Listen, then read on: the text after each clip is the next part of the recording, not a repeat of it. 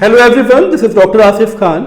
इस सेशन में हम लोग डिस्कस करेंगे DNA application in eukaryotes. Video start करने से पहले मैं एक चीज बता दूं, जो लोग इस वीडियो को फर्स्ट टाइम देख रहे हैं, मेरे चैनल पे न्यू हैं, वो डीएनए एप्लीकेशन इन प्रोकैरियोट्स का वीडियो जरूर देखें, क्योंकि ये topic one of the most important topic है from the molecular basis of inheritance. और डीएनए एप्लीकेशन इन प्रोकैरियोट्स को मैंने as a detail lecture cover किया है, और इस टॉपिक को यानी डीएनए एप्लीकेशन इन यूकैरियोट्स को मैं बहुत डिटेल में कवर नहीं करने वाला। क्यों नहीं कवर कर रहा हूं? बिकॉज मैं डीएनए एप्लीकेशन इन प्रोकैरियोट्स में ऑलरेडी इस लेक्चर को बहुत डिटेल में कवर कर चुका हूं, तो लिंक्स डिस्क्रिप्शन बॉक्स में अवेलेबल है। Let's start DNA application in eukaryotes.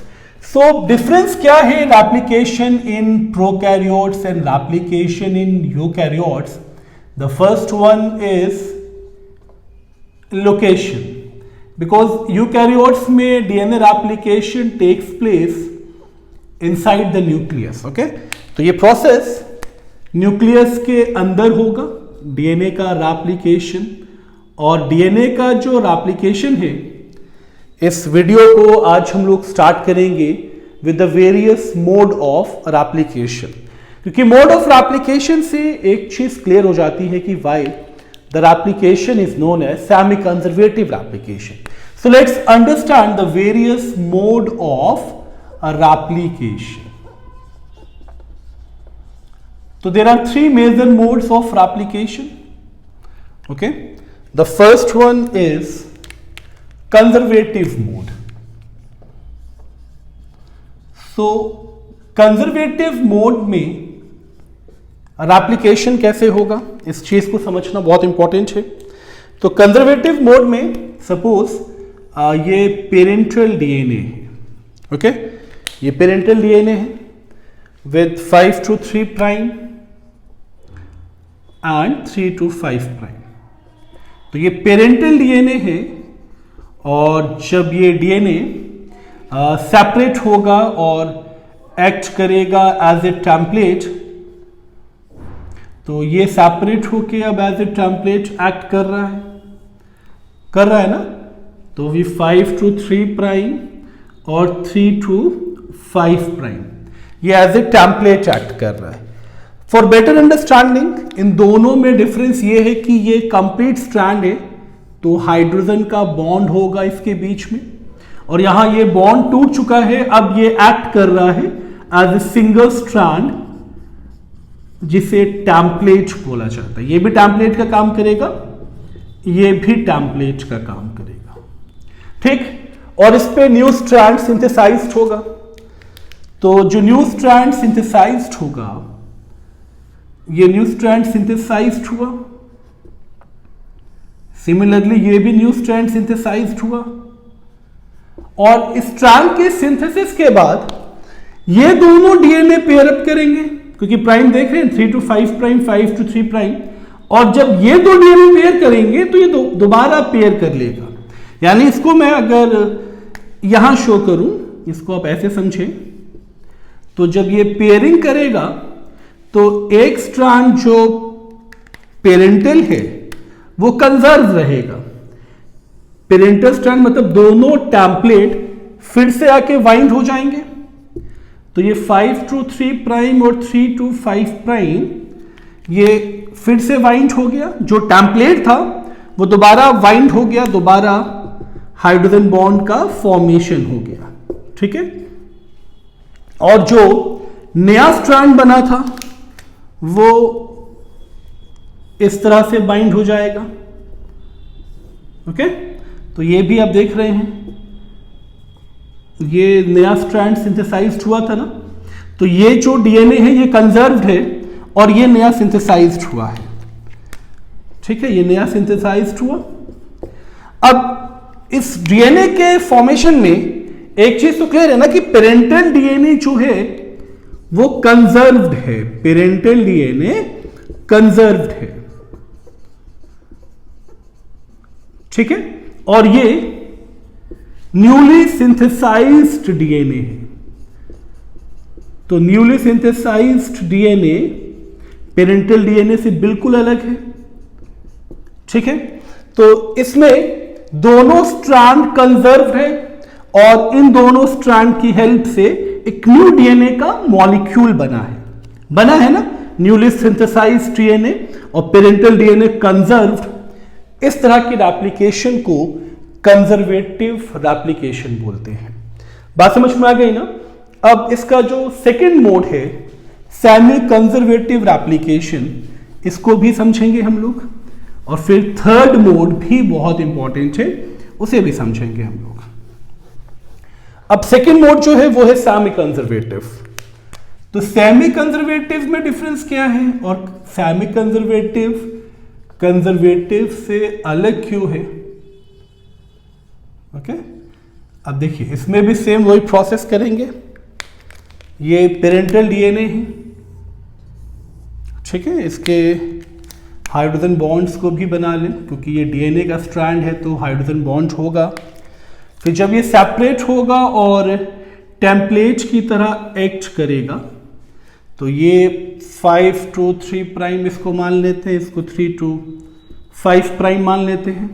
तो ये टेम्पलेट की तरह एक्ट करेगा सेपरेशन के बाद 5 to 3 प्राइम, ठीक है, 3 to 5 प्राइम। बात समझ में आ रही है ना। और इस पे न्यू स्ट्रैंड का सिंथेसिस होगा, ठीक है, ये न्यू स्ट्रैंड का सिंथेसिस होगा इस पे, और इन दोनों के बीच में बॉन्ड बन जाएगा, ठीक है। तो इस वाले डीएनए में ये जो पेरेंटल डीएनए है और इससे जो फॉर्म हो रहा है डॉटर डीएनए, तो इस डॉटर डीएनए में एक चीज आपको दिख रहा है ना कि एक स्ट्रैंड पेरेंटल है, यानी पेरेंटल जो स्ट्रैंड है वो कंजर्व्ड है, वो बचा हुआ है, और एक न्यूली सिंथेसाइज्ड है, न्यूली सिंथेसाइज्ड है ये, और ये पेरेंटल भी बचा है और उस पे न्यू सिंथेसाइज्ड हो गया, तो हाफ कंजर्व्ड है, हाफ कंजर्व्ड है ना, that's why it is known as semi conservative replication,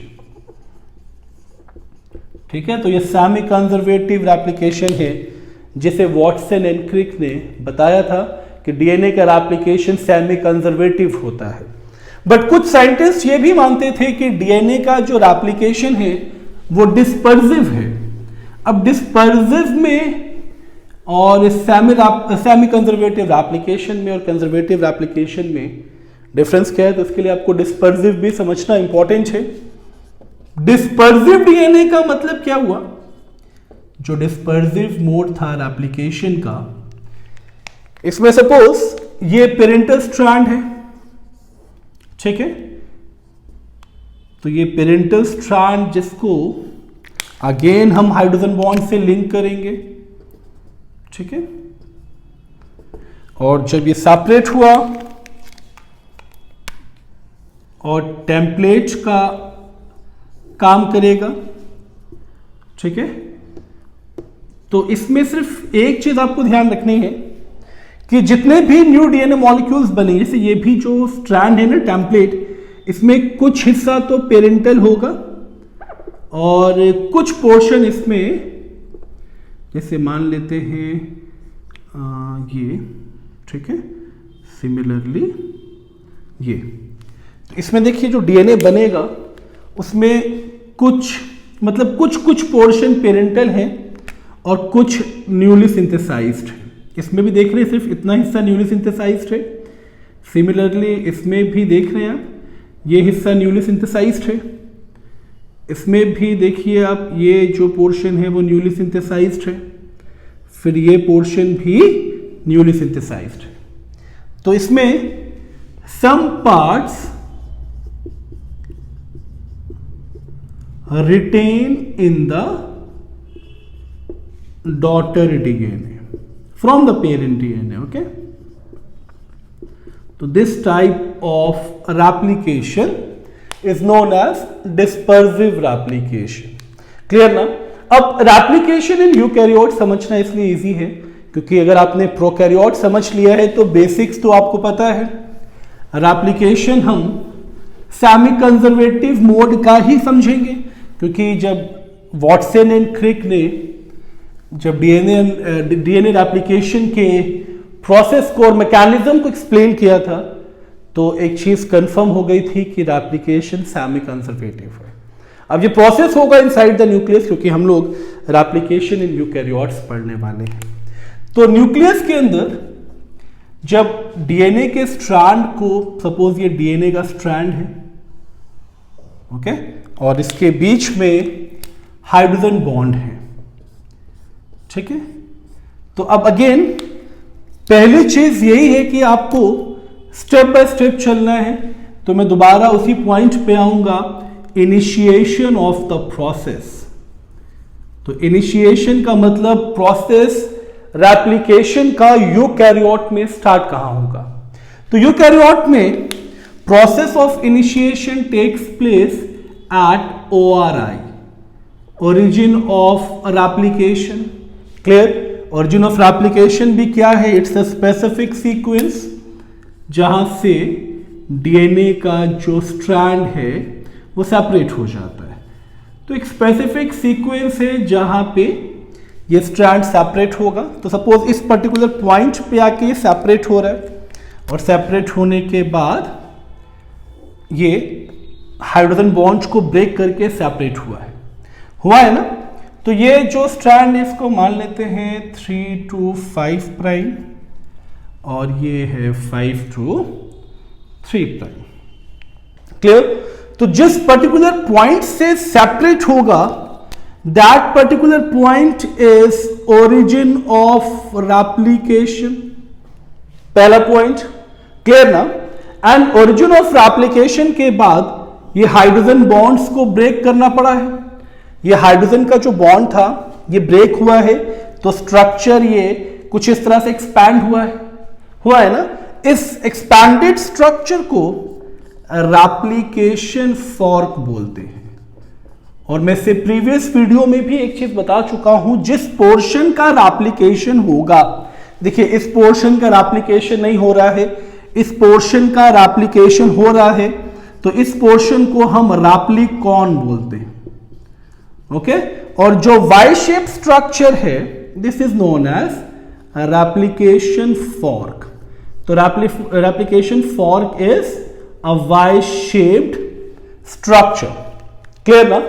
तो इस सेपरेशन के बाद दोनों स्ट्रैंड टेम्पलेट का काम करेगा, यानी replicon now act as template.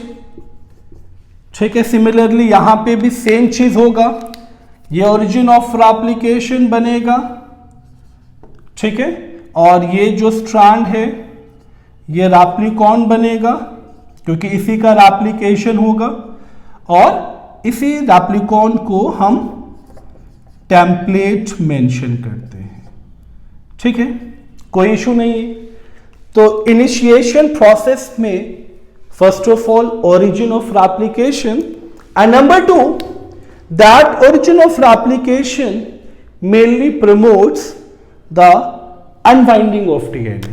ठीक है, तो origin of replication promotes the breakdown of hydrogen bond. तो ये जो हाइड्रोजन बॉन्ड ब्रेक होगा वो होगा by the first enzyme that is helicase. Clear? इसका मतलब क्या है कि जहां पे ओरिजिन ऑफ रेप्लिकेशन होगा वहां पे आके हेलिकेस बाइंड होगा। ये एंजाइम है हेलिकेस। ओके, तो ये जो हेलिकेस है, ठीक है, इस हेलिकेस से हाइड्रोजन का बॉन्ड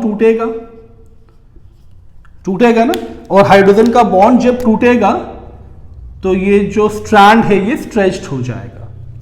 तो हेलिकेस ने हाइड्रोजन बॉन्ड को ब्रेक किया। जैसे बॉन्ड ब्रेक होगा, रेप्लिकेशन फॉर्क का स्ट्रक्चर बनेगा।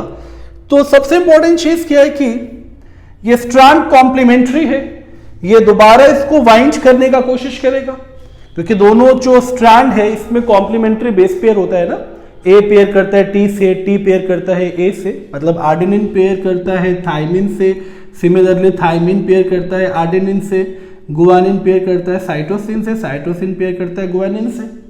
ये चारगाफ का बेस पेयर रूल है और ये दोनों स्ट्रैंड कॉम्प्लीमेंट्री है। इसका मतलब अगर ये सेपरेट होगा तो ये दोबारा वाइंड भी हो सकता है। इस चीज को रोकने के लिए हम लोग सेकेंड कंपोनेंट यूज करेंगे और वो सेकेंड कंपोनेंट है टेट्रामेरिक प्रोटीन।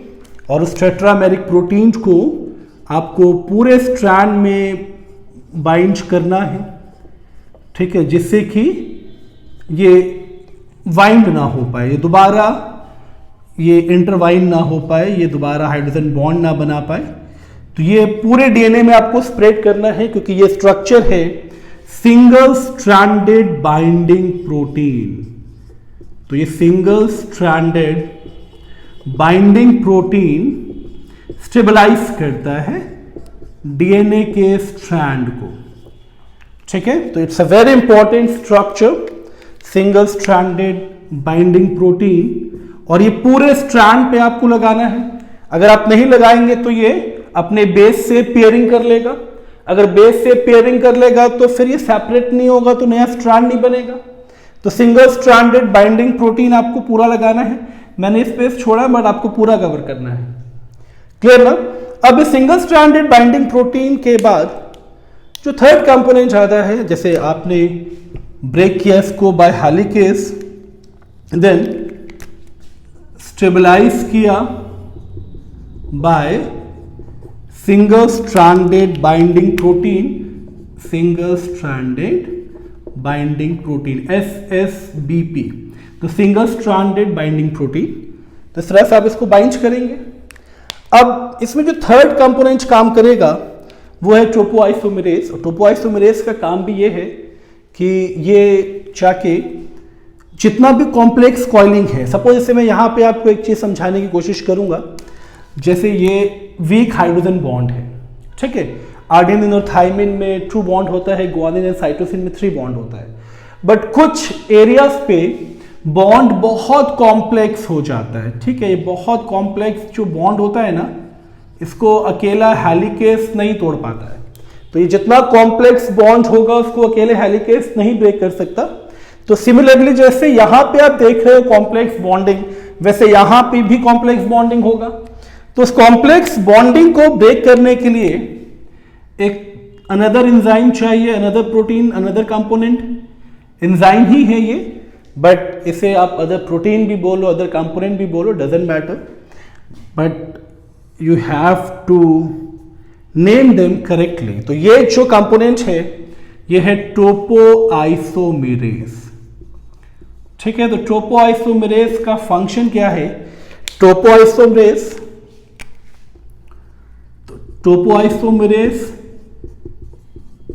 ब्रेक करेगा complex coiling, it breaks the complex coiling, okay. तो कॉम्प्लेक्स कॉइलिंग ब्रेक हो गया। टोपोआइसोमेरेज का भी रोल क्लियर, ओके। अब इस पे ये जो दोनों स्ट्रैंड हैं जो टेम्पलेट का काम कर रहे हैं, अब इस पे डीएनए का सिंथेसिस होगा। डीएनए पॉलीमरेज से हम लोग पॉलीमराइजेशन करेंगे। अब इंपॉर्टेंस क्या है, ये सबसे इंपॉर्टेंट लाइन है पॉलीमराइजेशन के लिए। जो डीएनए पॉलीमरेज है इसका एक कैरेक्टरिस्टिक है। कैरेक्टरिस्टिक क्या है? ये पॉलीमराइजेशन करेगा सिर्फ 5 to 3 डायरेक्शन पे। ये हमेशा आपको याद रखना है, पॉलीमराइजेशन होगा ओनली 5 to 3 डायरेक्शन। तो polymerization can take place from 5 to 3 direction only, okay. तो ये इस डायरेक्शन में ही करेगा, पॉलीमराइजेशन इसी पे करेगा, क्लियर। अब देखिए ये जो स्ट्रैंड देख रहे हैं आप 3 to 5 प्राइम, इस पे जो स्ट्रैंड सिंथेसाइज होगा ये, क्योंकि ये 3 to 5 प्राइम है तो ये अंडरस्टूड है। इस पे जो नया स्ट्रैंड सिंथेसाइज्ड होगा वो 3 to 5 प्राइम होगा। समझ में आ रहा है आपको? बट पॉलीमराइजेशन तो 5 to 3 पे होगा ना। इसका मतलब हमको यहां पे फ्री हाइड्रोक्सिल ग्रुप नहीं मिलेगा जहां पे पॉलीमरेज बाइंड हो, क्योंकि पॉलीमराइजेशन 5 to 3 डायरेक्शन में होगा। इसमें क्या है, क्योंकि टेम्पलेट 5 to 3 है, यहां से आप देखें, अगर इसको सिर्फ टेम्पलेट से ही काउंट करें तो ये 5 to 3 प्राइम है, और इस पे जो पॉलीमराइजेशन होगा 5 to 3 प्राइम है अगर ये, तो इस पे जो पॉलीमराइजेशन होगा वो 3 to 5 होगा। यानी ये इस पे अगर पॉलीमराइजेशन होगा तो इस तरह से होगा। थोड़ा सा मैं इसको और बड़ा कर दूं, ठीक है। तो इस पे पॉलीमराइजेशन ऐसे हो जाएगा, और इस पे पॉलीमराइजेशन जो है ये थोड़ा कॉम्प्लिकेटेड होगा। अब इस चीज को मैं बहुत सिंपल लैंग्वेज में समझाने की कोशिश करूंगा कि जब डीएनए पॉलीमरेज पॉलीमराइजेशन करेगा तो इस पॉलीमरेज को बाइंड करने के लिए, क्योंकि ये एंजाइम बाइंड होता है हाइड्रोक्सिल ग्रुप पे, ओके। ये भी आपको याद रखना है, ये पॉलीमरेज डीएनए का जो पॉलीमरेज है ये बाइंड होगा एट फ्री हाइड्रोक्सिल ग्रुप, ठीक है। इसी पे ये बाइंड होगा, फ्री हाइड्रोक्सिल ग्रुप पे बाइंड होगा। और अब इस बाइंडिंग के लिए हाइड्रोक्सिल ग्रुप चाहिए ना, तो इस हाइड्रोक्सिल ग्रुप के लिए, अब इसकी बाइंडिंग के लिए हम यूज करेंगे नेक्स्ट कंपोनेंट, उसके बाद इस कंपोनेंट को यूज करेंगे, और वो कंपोनेंट है the next component that is primase. तो प्राइमेज वो एंजाइम है जो फॉर्मेशन ऑफ प्राइमर्स करेगा। प्राइमर्स का मतलब शॉर्ट स्ट्रेचेस ऑफ आरएनए बनाएगा, ठीक है। प्राइमर्स बनाएगा मतलब शॉर्ट स्ट्रेचेस ऑफ आरएनए बनाएगा, तो आरएनए का स्ट्रेचेस बनाएगा, ठीक है। आरएनए का स्ट्रेच बनाने का मतलब यह हुआ कि अगर ये 5 से 3 पोलैरिटी वाला स्ट्रैंड है, 3 to 5 वाला मानेंगे इसको हम, तो आरएनए का जो प्राइमर है, शॉर्ट स्ट्रेचेस जो है, मान लीजिए अगर वो इस तरह से लगा है, ठीक है, तो यहां तो हाइड्रोक्सिल ग्रुप मिलेगा और पॉलीमरेज, ठीक है, यहां इस पे आके पॉलीमरेज बाइंड हो जाएगा और पॉलीमराइजेशन फिर आगे कंटिन्यू करेगा। बात समझ में आ रही है ना? और इस वाले स्ट्रैंड में क्या होगा कि यहां पे प्राइमर्स जो बाइंड होगा, ये सपोज प्राइमर है, ओके,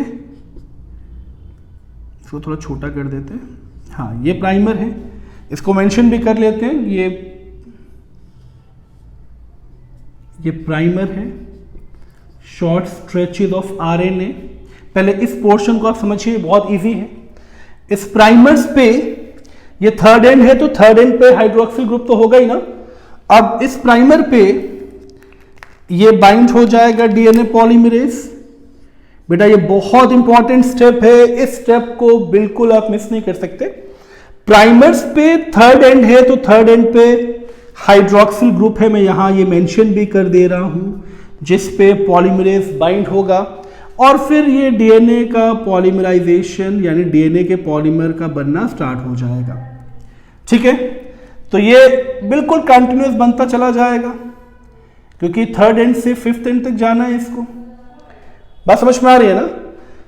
तो पहला स्टेप तो ये कि इसमें तो कोई प्रॉब्लम नहीं है, बट यहां क्या है, यहां सपोज अगर हमने प्राइमर यहां लगाया तो एक चीज तो क्लियर है ना कि प्राइमर का मतलब थर्ड एंड मिलेगा और पॉलीमराइजेशन होता है 5 to 3 पे, ठीक है। यानी थर्ड एंड पे जब ये बाइंड होगा पॉलीमरेज, तो ये जब बाइंड करेगा इसको, तो पॉलीमरेज जब बाइंड करेगा इसको, तो इस तरह से डीएनए का पॉलीमराइजेशन होगा, ठीक है, फ्रॉम 5 to 3 प्राइम होगा ना इस डायरेक्शन में। बट इसके आगे तो अब बचा नहीं है स्ट्रैंड, और पीछे का पूरा स्ट्रैंड खाली रह गया। तो अब क्या होगा, ये प्राइमर्स यहां से निकलेगा, ठीक है, और फिर एक नया, सॉरी ये पॉलीमरेज यहां से निकलेगा, ये पॉलीमरेज है, डीएनए डिपेंडेंट डीएनए पॉलीमरेज, ये पॉलीमरेज यहां से निकलेगा। बट इसके लिए प्राइमेज को दोबारा प्राइमर बनाना पड़ेगा। तो फिर ये दोबारा नया प्राइमर बनेगा। ठीक है, मैं फिर से इसको मेंशन कर रहा हूं, दोबारा प्राइमर बनेगा, दोबारा प्राइमर बनेगा, ये इस तरह से बनेगा।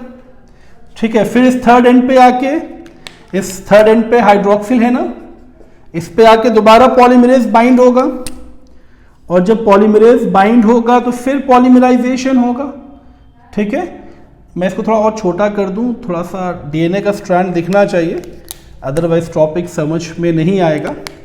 ठीक है, तो इस तरह से फिर पॉलीमराइजेशन करेगा, बट इससे चिपकेगा नहीं है। ठीक है, तो इस वाले स्ट्रैंड में एक चीज आपको समझ में आ रही है कि जितने भी स्ट्रैंड बनेंगे इसके लिए बार बार प्राइमर्स का फॉर्मेशन होगा, और ये बार बार प्राइमर्स अपने हाइड्रोक्सिल ग्रुप पे प्राइमेस को, पॉलीमरेज को, डीएनए पॉलीमरेज को अटैच करेगा, फिर डीएनए पॉलीमरेज डीएनए के पॉलीमर्स बनाएगा। अब क्योंकि ऑलरेडी आगे प्राइमर लगा हुआ है और यहां फिफ्थ एंड है, और फिफ्थ एंड पे आके इस पे पॉलीमरेज बाइंड होगा नहीं, पॉलीमरेज को चाहिए थ्री एंड, तो इस पे तो बाइंड होगा नहीं, तो ये स्पेस वैकेंट रह जाएगा ना। अब इस चीज को, प्राइमर्स को अगर मैं हटा दूं तो डीएनए कुछ इस छोटे छोटे टुकड़े में बनेगा।